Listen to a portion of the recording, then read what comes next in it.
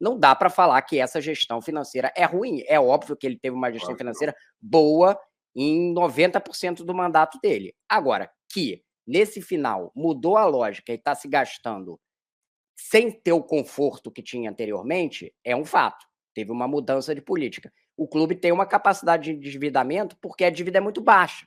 Você não sai de um patamar de 500, 600 milhões, você sai no patamar de 167, aí você vai aumentar para 300, vai aumentar para 400, só que você vai ter essa operação do estádio junto. Se não tivesse a questão do estádio, você até podia justificar, estou gastando um pouco mais aqui, porque a gente deu uma segurada antes e tal, só que você tem uma perspectiva de gasto muito grande lá na frente, né?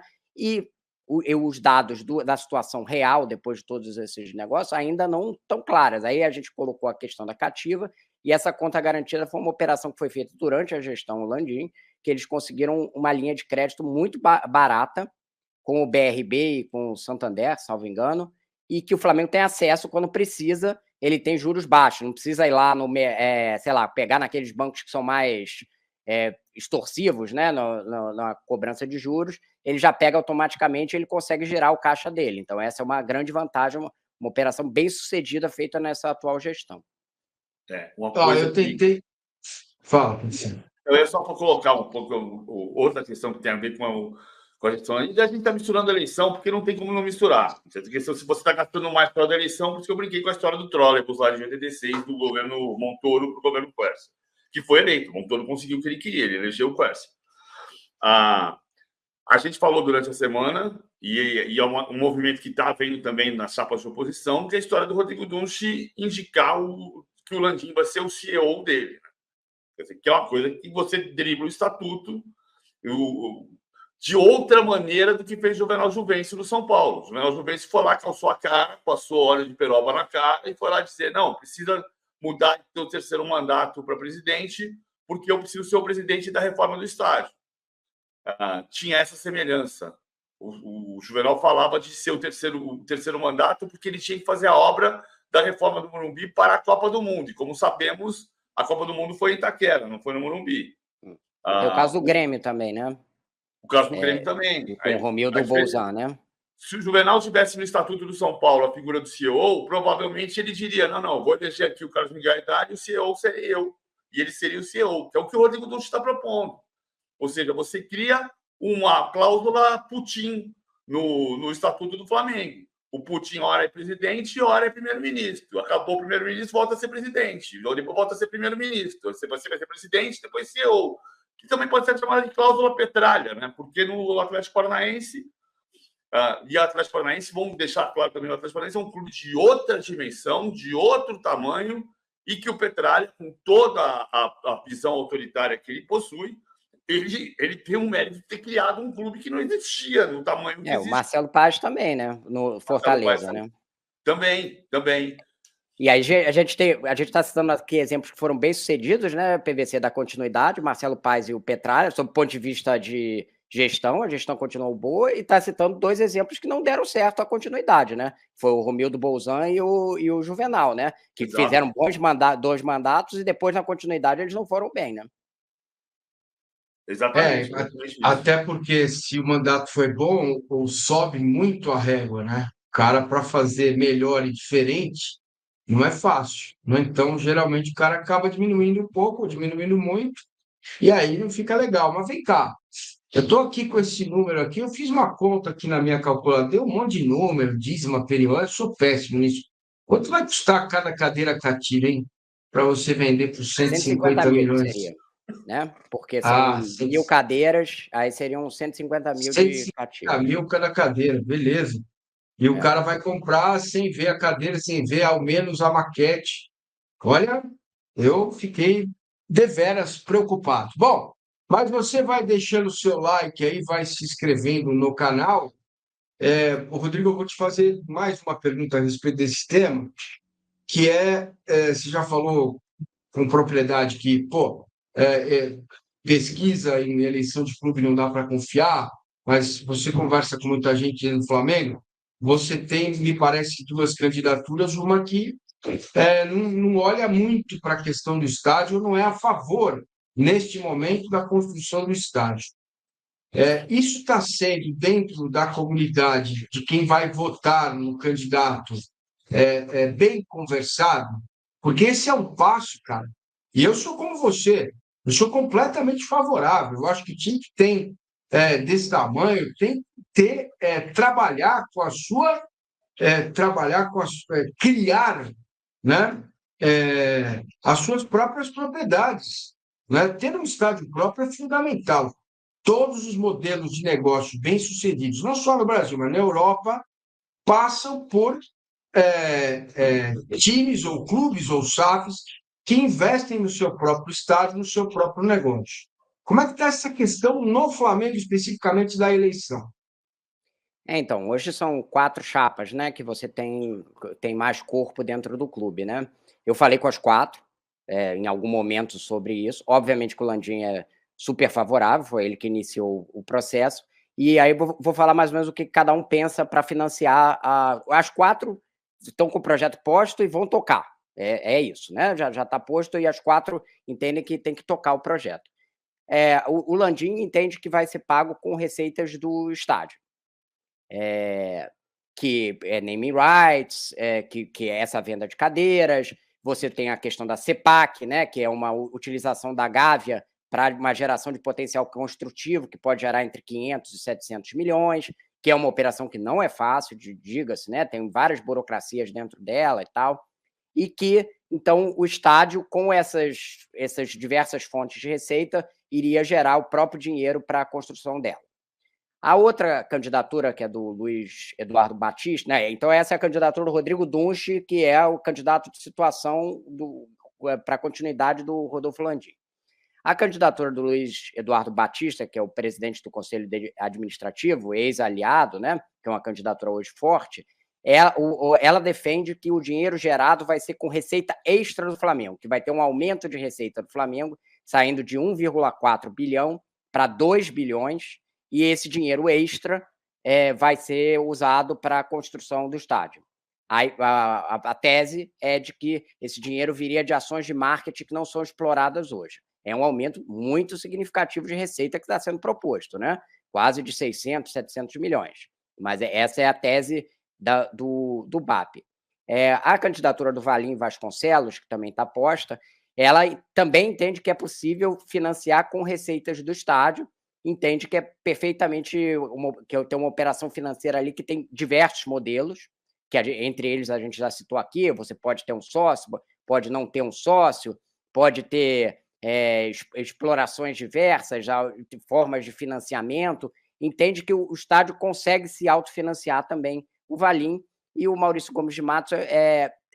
Eu ouvi de pessoas do Maurício, que também é super favorável ao estádio e tal, não sei o quê, ouvi de pessoas que também você vai ter que construir uma operação financeira. O que eu tenho ouvido muito, de todas as chapas, aí talvez menos da do Landim, é que faltam hoje informações mais práticas do projeto para você construir um plano mais bem elaborado para você viabilizar financeiramente. Mas a tese é essa, e todos defendem que não vai haver impacto esportivo. Essa tese eu acho discutível. Uma coisa importante aqui dizer, Rodrigo, você conversou de perto com todos eles. Meu entendimento é que dentro do conselho todos se manifestam favoravelmente ao estádio e fora do conselho todos fazem mais restrições. Ou o candidato, por exemplo, Maurício Gomes de Matos não faz restrição ao estádio, mas tem gente que apoia e que faz muita restrição ao estádio. Como o Márcio Braga chorando, dizendo que não tem que fazer a SAF, que o Flamengo está no caminho equivocado, enfim. Os apoiadores do BAP, por exemplo, são os que mais falam sobre essa questão viária. Como você diz assim, a gente não sabe se tiver que fazer uma operação viária para os acessos ao estádio na região do gasômetro, se será possível construir um estádio de 80 mil pessoas ou se as operações diárias podem ter que diminuir isso para 60, para 50, para 40 mil. Que são ponderações que são feitas em off.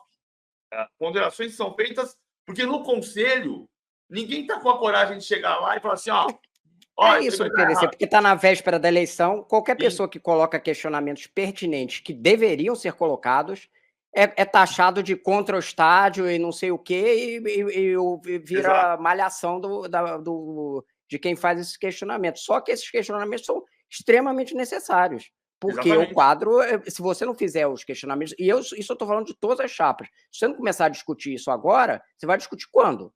Quando tiver já com a conta na mesa, entendeu? Não é. Essa discussão tem que acontecer já durante a eleição e de forma transparente para a torcida, explicando, ó, tem esses modelos aqui, e no final o conselho decidir, ó, a gente vai decidir por esse modelo, por esse tipo de, sei lá, impacto, e com essa estrutura, para a gente pagar X contas e já com uma conta mais correta do que vai ser, por exemplo, do impacto viário, que a prefeitura vai exigir, essa questão do prazo, porque essa é uma questão muito pesada para o Flamengo, porque se você tivesse o terreno lá, ó, comprou o terreno, não tem prazo para construir, pode ficar fazendo lá durante 10 anos o terreno, ele vai investindo quando quiser, mas o Flamengo tem um prazo de 5 anos, então o dinheiro vai ter que estar disponível em 5 anos. É uma pressão que as pessoas atentaram um pouco pelas condições que estavam postas à prefeitura. De 4 anos e meio, 5 anos você fazer um estádio, significa que você vai ter que ter 2 bilhões, de alguma forma, em 4, 5 anos. Perfeito. E olha, tem uma coisa, a gente está vendo lá a Arena MRV que está sofrendo com a contrapartida, isso, que a prefeitura lá pediu, obrigado, PVC, elas são grandes, então tem muito recurso da SAF no Galo indo para deixar o Eu acho que o entorno do custo extra foi estádio. 200 milhões, Massini, salvo engano aqui. Eu estou citando de Não, cabeça, então posso estar errado, mas eu acho que foi isso, então, de extra de impacto viário. eu quero só dar um testemunho. Eu fui lá, o estádio é maravilhoso, de fora é maravilhoso, por dentro, tá? O gramado é ruim, mas eu não estou discutindo isso. Eu fiquei numa Minha Casa Minha Vida, que é uma desses prédios menores, do lado do estádio. Então eu fiquei lá porque é perto. Dá para você atravessa a avenida e você vai. Só que o semáforo para atravessar só funciona perto da hora do jogo. Então eu tive que dar toda a volta, porque a gente tem que chegar antes, né? Não dá para você chegar lá, o jogo começa às 9, chegar lá às 8 horas. Não dá para quem vai trabalhar. Então eu tive que dar toda a volta, né? Eu tive que pegar um Uber para atravessar a avenida para poder chegar no portão. Então, porque era um negócio muito louco, uma distância muito. Você tem que dar a volta a pé, é diferente. Eu estou perto, mas estou longe. Então, essas obras precisam ser pensadas e elas custam dinheiro. E a gente, se o prazo é 5 anos, você vai começar uma obra e não sabe quando termina. Muitas vezes tem desapropriação. Isso fica muito mais caro do que está orçado no início. Massini, olha só, até mesmo o Allianz Parque, que não precisava de obra viária, porque era no mesmo lugar, né? Desde 1902, quando houve o primeiro jogo de campeonato paulista, Germano e Mackenzie, parece que Itália nem existia. Ali existia a Avenida Água Branca, onde hoje é a Avenida Francisco Matarazzo. Então, as obras viárias não precisavam acontecer. O custo foi maior do que estava orçado. No início se falava em 450 milhões de reais e o estádio custou perto de 800 milhões de reais, 750 milhões de reais. E não tinha obra viária para fazer. Sempre tem a questão da inflação, começou a obra em 2010, foi terminar em 2014. Tem coisas que vão acontecendo no meio do caminho. No caso do Allianz Parque, a obra, pelo contrato de cessão do direito de superfície, que é o contrato que tem, não é sociedade de propósito específico, não é o estádio é da W Torre, não. O Palmeiras tem um contrato de cessão de superfície por 30 anos, então o custo era da W Torre. Não veio o custo para o clube, mas teve um custo que foi maior. Essa questão que me chamou a atenção, porque eu não tinha pensado sobre isso, Rodrigo. E é claro que pode não ter custo, pode não ter impacto nenhum, mas essa história das conchas do mar me chamou muito a atenção, que é um empresário que não apoia formalmente o Maurício Gomes de Matos, mas que está próximo dele e que diz, não, eu construí no centro do Rio, muito mais longe do mar do que está o gasômetro, E os caras vinham para mim e diziam assim, olha só, a gente precisa baixar mais essa fundação, vai custar mais dinheiro, porque olha aqui, ó, tem conchas que estão saindo da construção. Eu não tinha parado, eu tinha pensado sempre na questão da descontaminação pelo gasômetro. Não tinha parado para pensar na proximidade do mar. Eu não sou engenheiro, não sou arquiteto, não trabalho. Mas tem subiu muito prédio naquela região, né, do Porto Maravilha, né, do PVC. Então, e até agora não ouvi essas discussões. Mas que vai ter imprevisto. Eu vou lembrar aqui na Neoquímica, encontraram um duto da Transpetro no meio da obra, né? Sabe assim, começamos a fazer as fundações, tá? Opa, tem um duto aqui que ninguém sabia que existia. Aí teve que gastou, sei lá, 10, 15 milhões na época para você tirar o duto, enfim. Então, vai ter imprevisto. Isso aí é fato. A imprevisibilidade é previsível, digamos assim. Lembrando que são situações diferentes, terrenos diferentes, mas a estrutura do Manchester City, o terreno demorou 5 anos para ser descontaminado. Bom, bora lá, vamos mudar de assunto então. Falamos sobre a questão do Flamengo, o estádio, o caixa está estourado, a eleição vem aí. Agora a gente vai entrar num assunto que, olha só, rapaz, quanto custa a Memphis nas contas do Corinthians? Vamos que você sabe vamos. como é a oração ao corintiano dessa semana? Manda, como é? Em nome de Pai, de Filho, de Espírito Santo. Tava sentindo falta das piadas do PVC, hein? Isso não é um trocadilho, é uma oração. Em nome de Pai, de Filho, de Espírito Santo, a Memphis. Ai. Vamos lá. Toda cidade inteira fazendo oração. Porque uma coisa que se evita. Isso aqui, as contas são muito importantes de dizer. Mas que o negócio mudou o astral, mudou o astral. É incrível, certo ou errado, mudou o astral. Não, mudou muito, mas muito mesmo. Muito mesmo.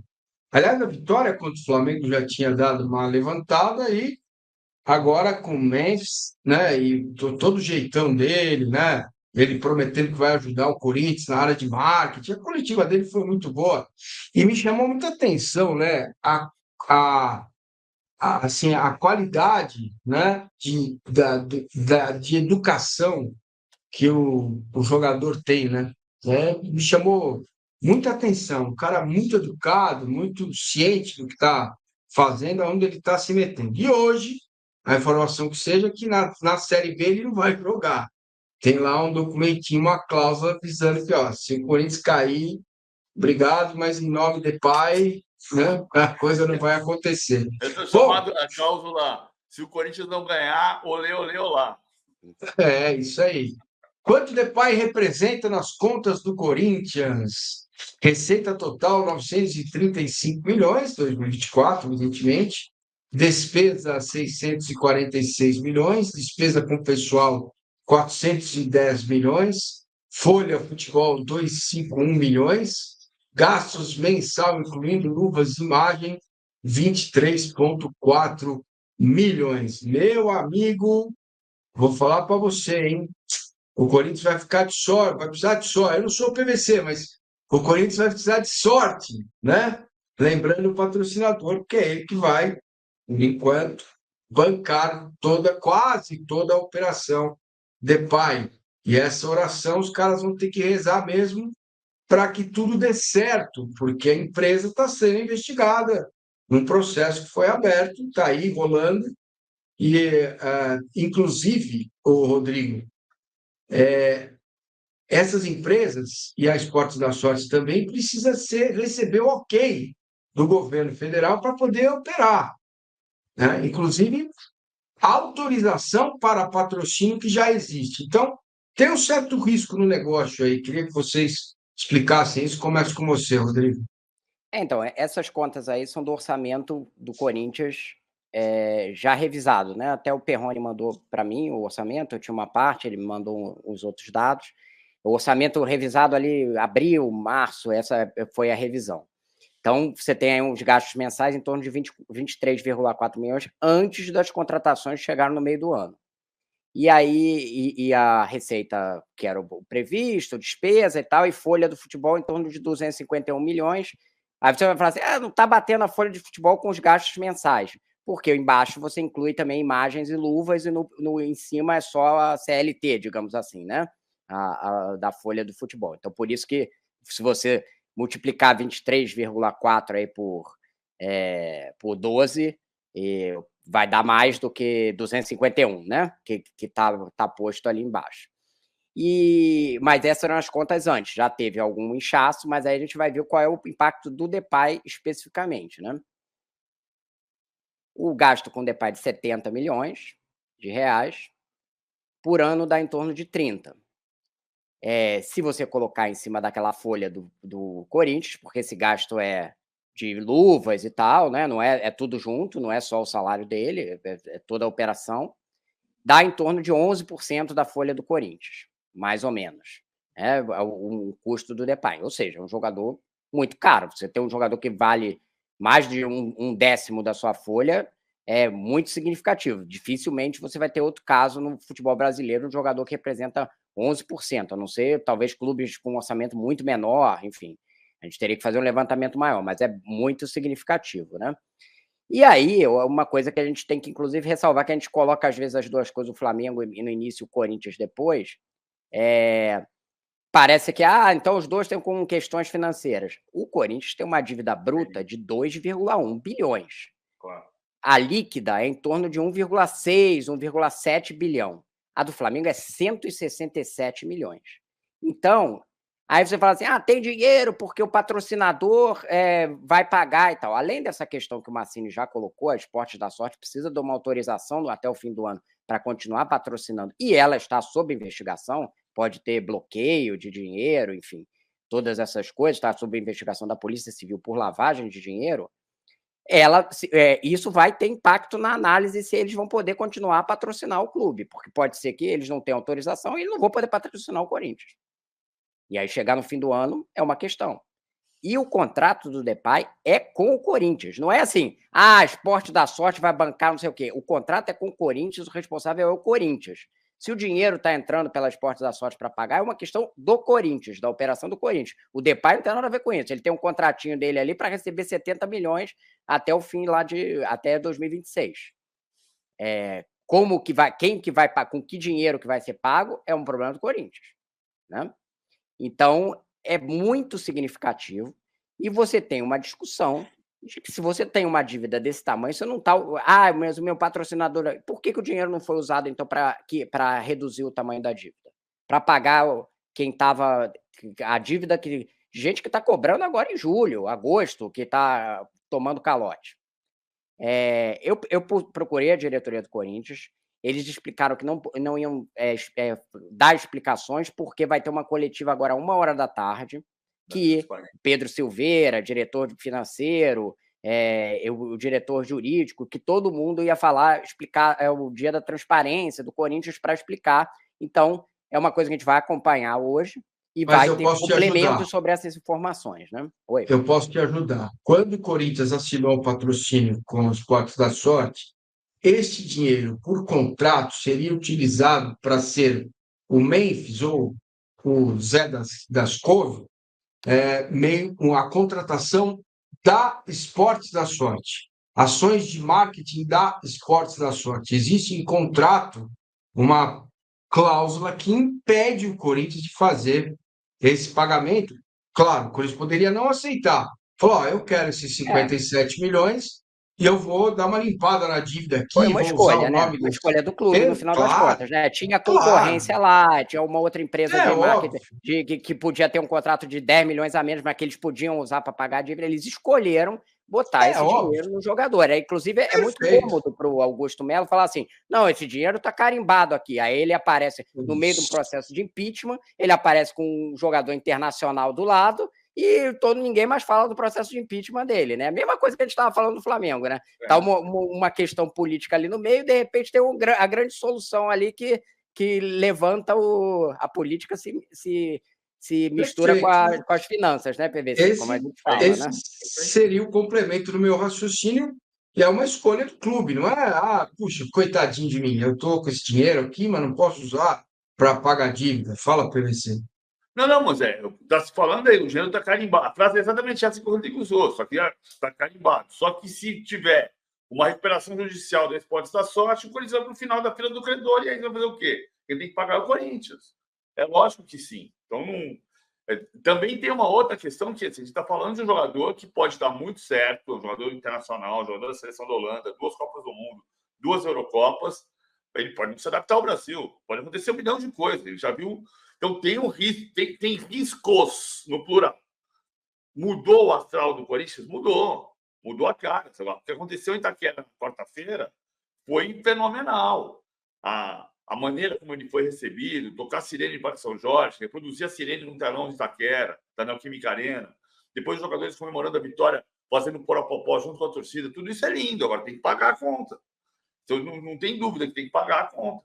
Então a operação é arriscada. E a arriscada não é que a operação é arriscada. A situação financeira do Corinthians hoje é muito arriscada. Na terça-feira, a gente já falou com o César Grafietti aqui, na produção que o Rodrigo Matos fez, aqui no Finanças. Na terça-feira, a gente voltou a falar com o César Grafietti no de primeira. E o César Grafietti falou uma frase que é muito simbólica desse momento do Corinthians. Ele diz que, na avaliação dele, a situação do Corinthians, se não houver recuperação judicial ou se não houver um processo de transformação em Sociedade Anônima do Futebol, SAF, que a situação do Corinthians é insolúvel. Pelas contas como hoje estão, a situação do Corinthians é insolúvel, de acordo com o economista e consultor de gestão financeira, César Grafietti. Eu não tenho autoridade para fazer esse estudo, o César Grafietti tem, e ele entende isso. Neste cenário, mesmo dentro do setor financeiro do Corinthians, há quem diga, olha, o dinheiro estava carimbado, entre aspas, eu não faria. Gente da diretoria do Corinthians está dizendo isso. Olha, o dinheiro era para isto, ponto, parágrafo. Eu não faria. Qual?